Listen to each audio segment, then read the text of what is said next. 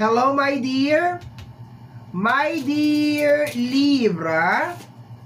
First 15 days of August, mga my dear Libra. This is from August 1 hanggang August 15, 2024. And this is a general reading. Reminder lang, mga my dear Libra, na ang gagawin natin ngayon ay general reading. So, hindi to 100% na magre-resonate para sa ating lahat. So, please, mga my dear, lower your expectation pagdating po sa mga general reading. Okay, mga my dear, balasahin ko lang na very slight yung ating cards. Wait lang, wait a minute. Kaping mainit, my dear. Okay. Tingnan natin, my dear, kung ano mga eksena sa yung first 15 days of August. My dear Libra, hanapin na natin ang iyong first card.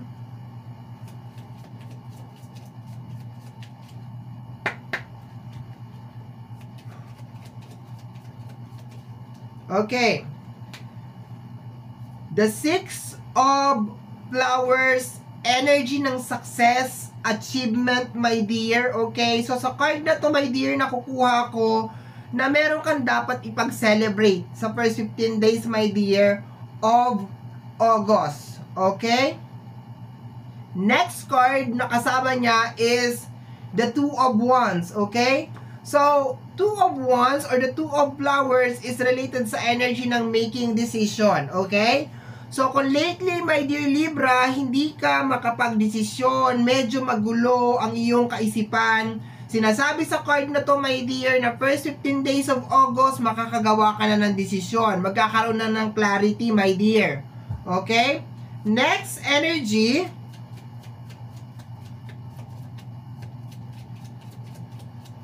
parang meron ng gagalaw, meron ng kikilos, meron ng uusad sa buhay mo, my dear.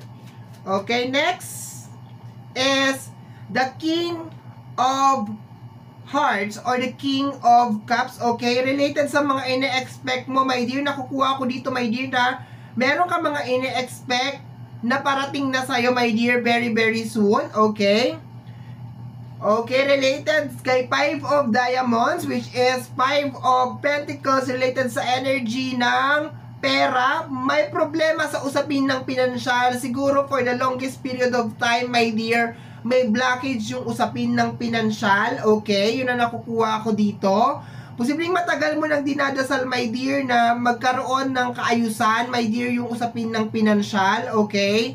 Dito sa Two of Wands, nakukuha ko talaga, my dear, yung energy na parang hirap ka talaga mag-decide or parang merong blockage or merong humahadlang para makagawa ka ng mga action na may kinalaman dito sa problema mo sa usapin ng pinansyal.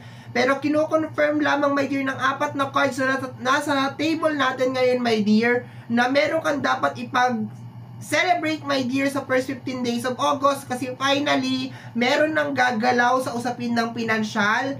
Isang bagay na matagal mo nang ine-expect na konektado pa rin sa usapin ng pinansyal, my dear, ang darating, my dear, sa first 15 days of August. Okay?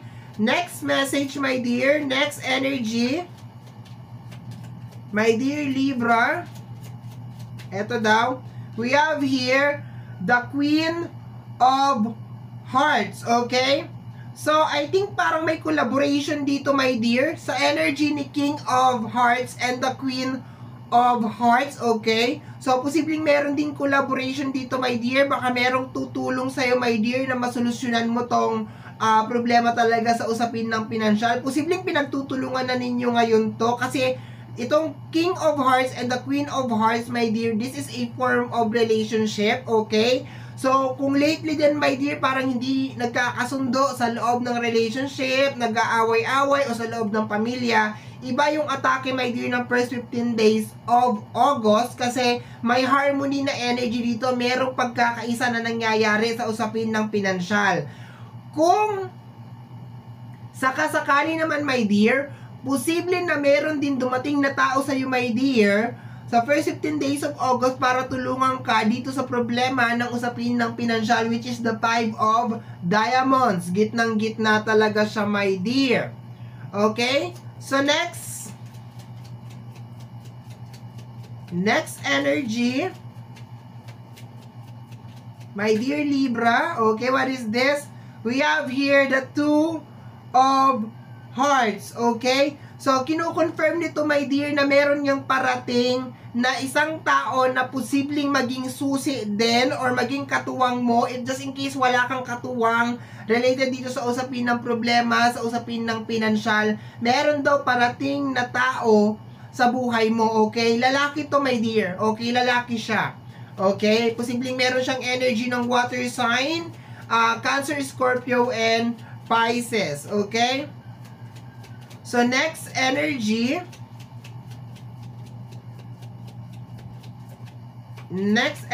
over here is the Jack of Diamonds, my dear.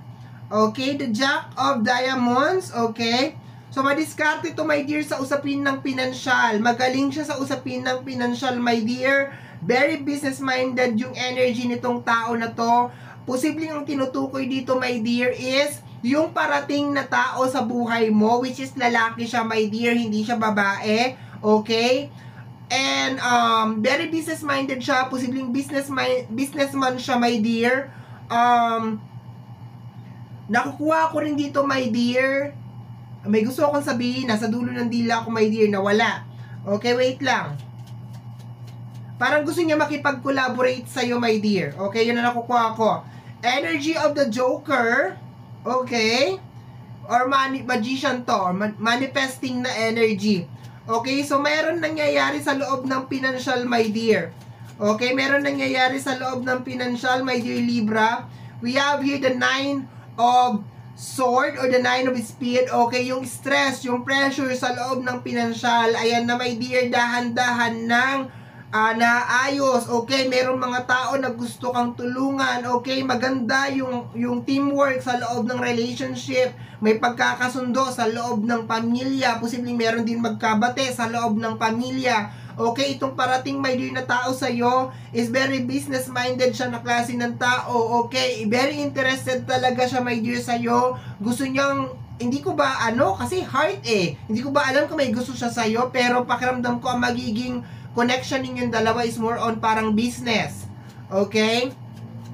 Next, my dear, is the Ace of Wands. Ayan, my dear, oh. So, merong alas, my dear. So, posible, my dear, na mayroon mga start na negosyo dito or meron mga mag-uumpisa na business sa side na to together with this person, itong parating na tao, or posible na kayong dalawa ng partner mo ay, if you have a partner, ay mag-i-start na ng negosyo dito, my dear, mga around first 15 days of August. I think nandito yung mga pagpaplano, my dear, okay?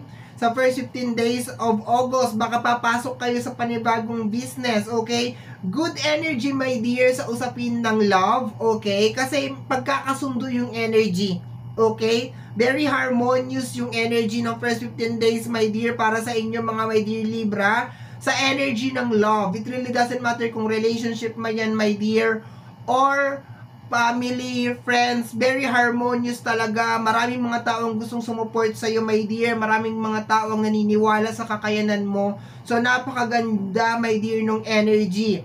And para din dun sa mga nagmamanifest, my dear, ng katuwang sa buhay, this is the time, my dear, na merong papasok. Yun nga lang, lalaki siya, my dear. So, kung babae ka, basta lalaki siya. So, kung lalaki ka, na nagmamanifest ka, baka business partner. Kasi, parehas na kayo lalaki. So, di ba? So, more on para to sa mga girls sa mga nagmamanifest na mga girls ng katuwang sa buhay, may parating daw, my dear, para sa inyo. Okay, another alas na naman, my dear. Umuulan ng alas, my dear, ang iyong reading, okay? Ace of Hearts, okay? Kino-confirm lang dito, my dear, yung question ko kanina na posibleng may gusto sa iyo to, kaya gusto kanyang tulungan, okay? Posibleng love ka nitong person na to, okay? Next energy, my dear Libra. We have here the Queen of Diamonds. Okay? Sa energy ng Queen of Diamonds, another energy na naman, my dear. Okay? Ang papasok. So, both energy na nandito, my dear. Lalaki at babae, my dear. Gustong pumasok sa buhay mo. Posible, my dear, na may gusto sa'yo or ina-admire ka.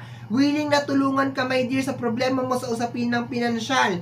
If you are single, okay? If you are taken or you are in a relationship, medyo risky tong energy na to, my dear. So, if I were you, medyo hindi ko to i-entertain, okay? Kasi medyo gumaganda yung flow, my dear, ng energy ng relationship. Medyo nagkakasundo na kayo, medyo nagkaka-getting to know na kayo, or medyo umaayos na yung cycle ng relationship nyo. Kaya kung merong kakatok, my dear, kasi yun ang pinaka-overall na energy na pinaka-malakas dito sa reading na to, my dear Libra, na merong lalaki, babae, parang super attractive talaga siya sa'yo. Gustong-gusto kanya makasama, gustong-gusto niya makipag-business sa'yo.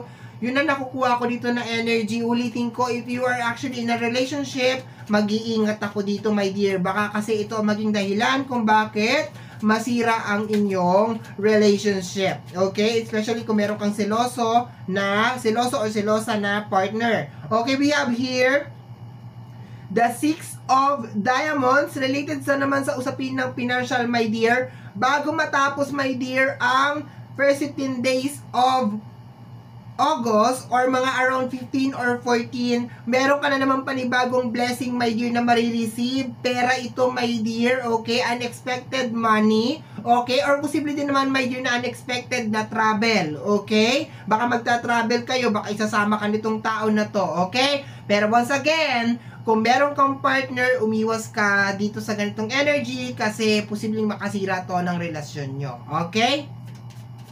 Next energy, my dear. Bago matapos, ulitin ko ha, bago matapos ang first 15 days of August, meron ka marireceive na invitation, my dear. Okay? We have here the 10 of Speed. Okay? So, end of problem. Okay? Baka yung iba sa inyo magpapapramper. Okay? Yan nga. Baka magbabakasyon. Okay? Nakukuha ko rin dito, my dear, blessing. Baka meron marireceive na malaking pera and then gagamitin mo yun sa pagbabakasyon or pagre-relax. Yun ang nakukuha ko dito, my dear. Okay? Or baka iimbitahin ka nitong mga bagong set or bagong energy. Okay? Bagong set of energy, my dear. New set of friendship. Okay? Parang panibagong connection, panibagong friendship ang nakukuha ko dito. Last card na tayo, my dear. Last card. We have here the King of Flowers. Okay? Ka-clarify ko siya, my dear. The King of Wands to eh. Okay? So, I think related sa mga manifestation mo, my dear. Congratulations. Kasi, sinasabi dito, my dear, na meron ka ng mga manifestation ang mabibigyan ng katuparan, my dear, sa first 15 days of August. You will be also receiving blessing, okay? You will be also receiving collaboration, okay? Galing sa ibang energy. Meron mga tao na gusto kang tulungan. Meron mga tao na gusto makipag-collaborate sa'yo, my dear. Okay? Very, very nice na energy. Meron problema over here na magtatapos, na may kinalaman sa usapin ng pinansyal. Meron din mga magbubukas ng negosyo over here. Around August 14 or August 15, my dear, bago matapos ang first 15 days of August, may blessing na parating over here. Meron din travel over here, okay? Kunin natin yung 3 cards na bonus, my dear Libra. 3 cards na bonus para sa'yo. 3 cards na bonus para sa'yo. We have here the 4 of Speed, okay? Related sa energy ng rest, okay? Marami sa inyo makakapagpahinga na, especially sa energy ng pag-iisip. Okay? Especially sa energy ng pag-iisip, marami sa inyo mga my dear Libra ang makakapagpahinga na sa mga stress. We have here the 7 of Wands, okay? Or the 7 of Flowers. Ayan, defensive energy yan. And the very positive energy ng the 10 of Diamonds, okay? Related sa pera, okay? So, my dear, umuulan ng blessing, my dear, ang iyong first 15 days of August. Pero warning lang, mga my dear, iwasan pa rin ang temptasyon sa first 15 days of August kasi meron akong nakukuha na mga energy na gustong sumira ng relasyon. Okay? So, mga my dear, yan ang reading mo para sa yung first 15 days of August. Somehow, my dear, kung nagustuhan mo to, especially kung napadaan ka lang, don't forget to subscribe. I-click lamang po ang notification bell para ma-update ka sa aking mga upload. And free to like, free to share, free to comment sa lahat ng ating mga videos. Once again, my name is RJ, also known as Apo J. Maraming salamat po, and until next time, bye-bye. Thank you, my dear.